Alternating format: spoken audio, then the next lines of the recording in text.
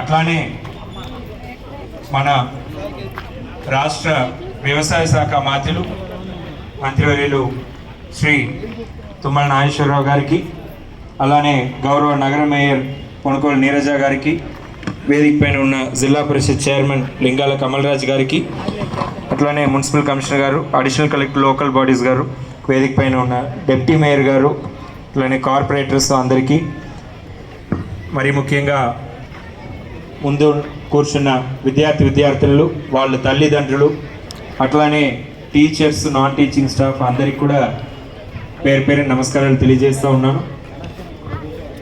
Sir, ఈరోజు మనకు schools reopening రోజే యూనిఫామ్స్ మరియు టెక్స్ట్ బుక్స్ అందజేయడం అనేది it is a record of sorts sir.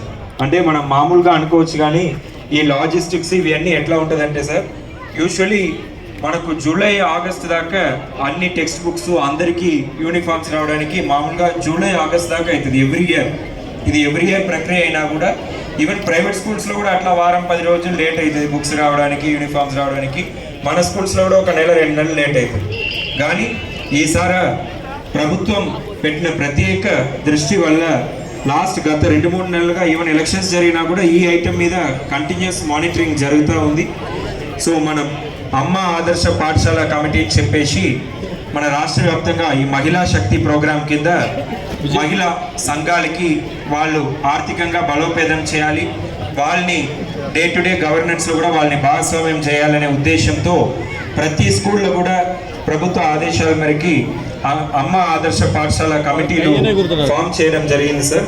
So ఈ కమిటీలే ఈరోజు యూనిఫామ్స్ కుట్టడం నుంచి స్టార్ట్ చేసి ఇక్కడ మౌలిక సదుపాయాలు స్కూల్స్లో కల్పించడం దాకా, అట్లానే బడిబాటలో కూడా వాళ్ళని భాగస్వామ్యం చేసి వాళ్ళని ఒక ఓనర్షిప్గా ఫీల్ అయ్యే విధంగా, అట్లానే దాని ద్వారా వాళ్ళు కొంచెం ఆర్థికంగా కూడా బలోపేతం అయ్యే విధంగా కూడా మంచి కార్యక్రమాలు లాస్ట్ 2-3 మంత్స్గా చేపడుతున్నాం సార్. వాళ్ళ కృషి వల్లనే ఈరోజు, ఇంతకుముందు మనం టైలర్స్కి ఇచ్చేది జిల్లా మొత్తం కలిపి ఒక 5-6 బడా టైలర్స్కి ఇచ్చేసి వాళ్ళకి ఇచ్చినది ఎవరు, మళ్ళీ కలెక్ట్ చేసేది ఎవరు, ఈ హెచ్ఎంకి వాళ్ళకి కనెక్షన్ ఉండకపోయేది, వాళ్ళ క్వాలిటీ తక్కువ స్టిచ్ చేసినా కూడా వీళ్ళు వెళ్ళి అడగలేకపోయేది, అకౌంటబిలిటీ లేకపోయేది.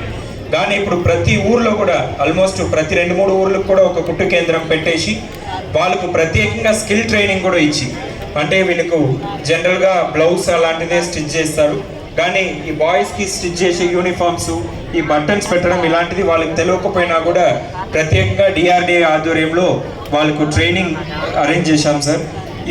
ఈ కాజా పెట్టేది, అట్లానే బటన్ పెట్టే మెషిన్స్ కూడా ప్రతి మండలానికి కూడా అవి, అట్లానే కటింగ్ మెషిన్స్ ఇవన్నీ కూడా ప్రతి మండల కేంద్రంలో కొన్ని వాళ్ళకు దాని మీద ట్రైనింగ్ కూడా ఇవ్వడం జరిగింది. సో దాని ద్వారా వాళ్ళు కొత్తగా నేర్చుకున్నా కూడా బ్రహ్మాండంగా ఈరోజు మంచి క్వాలిటీ యూనిఫామ్స్ అనేది వాళ్ళు స్టిచ్ చేసి 100కి 100% మనకు 68,000 మంది పిల్లలు ఎంపీపీ జెడ్పీ స్కూల్స్లో చదువుతున్నారు. వాళ్ళందరికీ కూడా ఫస్ట్ పేర్ ఆఫ్ యూనిఫామ్స్ అనేది before reopening day, in fact 3-4 days ముందే వాళ్ళకు స్కూల్ పాయింట్స్లో అందజేయడం జరిగింది. హెచ్ఎమ్స్ కూడా చూసుకొని క్వాలిటీ కూడా చాలా బాగుంది, మెటీరియల్ మనకు టెస్కో నుంచి వచ్చిన మెటీరియల్ కావచ్చు, స్టిచ్చింగ్ క్వాలిటీ కూడా బాగుందని చెప్పడం జరిగింది సార్. అండ్ ప్రత్యేకంగా అమ్మ ఆదర్శ పాఠశాల కమిటీల తరఫున కూడా మీకు ధన్యవాదాలు తెలియజేయాలి సార్ ప్రభుత్వానికి. అంటే ఇంతకుముందు వాళ్ళకు స్టిచ్చింగ్ ఛార్జెస్ కేవలం 50 రూపీసే ఉండే, ఇప్పుడు 75 రూపాయలు రావడం వల్ల వాళ్ళు కూడా చాలా హ్యాపీగా మంచి ప్రాఫిట్స్తో వాళ్ళు కుట్టడానికి కూడా ముందుకు వస్తూ ఉన్నారు. వాళ్ళందరూ కూడా దీని ద్వారా లాభపడుతూ ఉన్నారు సార్. సో ఈరోజు బడిబాట కార్యక్రమంలో భాగంగానే ఈ యూనిఫామ్స్ అండ్ టెక్స్ట్ బుక్స్ అన్నీ కూడా తమ చేతుల మీదుగా, 2 మంత్రుల చేతుల మీద కూడా అందజేయడం జరుగుతుంది. టెక్స్ట్ బుక్స్ కూడా మనకు 100% వచ్చేసినాయి సార్, ఎక్సెప్ట్ ఫ్యూ టైటిల్స్. మనకు 6th క్లాస్లో మాత్రం ఒక 1 టైటిల్ రావాల్సి ఉంది, బట్ 97% టెక్స్ట్ బుక్స్ మనకు వచ్చేసినాయి.